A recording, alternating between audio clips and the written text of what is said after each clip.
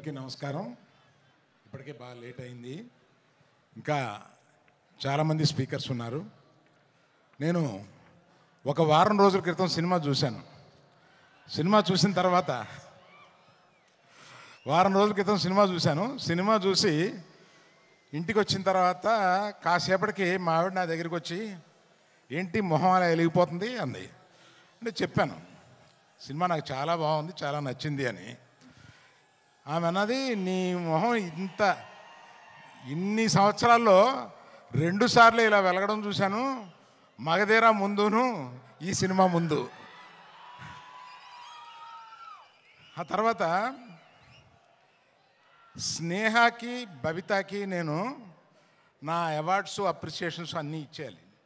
5 సంవత్సరాల పాటు ఈ పాజిటివ్ పిచ్చోళ్ళని ఇద్దరిని అలాగా బన్నీ సుకుమార్ వినపడిందా అంటే అంత అబ్సెషన్ ఉంటే కానీ ఇటువంటి సినిమా రాదేమోనని ఒక అప్రిసియేషన్ ఉంటుందండి. అందుకని నాకు అర్థమైంది.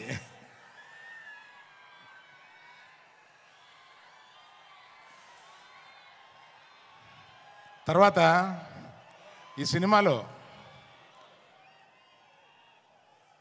మా హీరోయిన్, అంటే మేము గీతా గోవిందంలో పరిచయం చేసిన హీరోయిన్ ఇవాళ ఆ రోజే చూపించేసింది తన talent.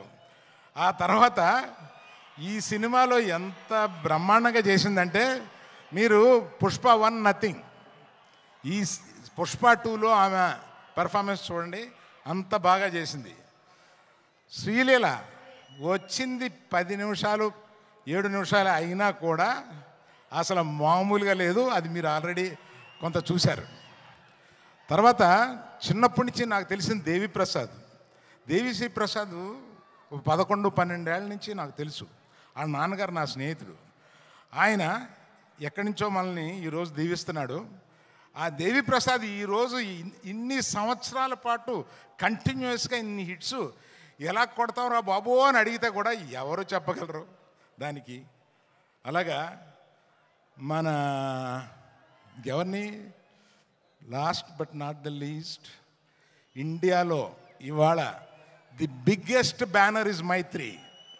Biggest banner, I tell you. నేను చెప్తే అది ఇట్ ఇస్ నేను ఇంత ప్రొడ్యూసర్గా ఉండి చెప్తున్నాను. మన నవీను, రవి, మన CEO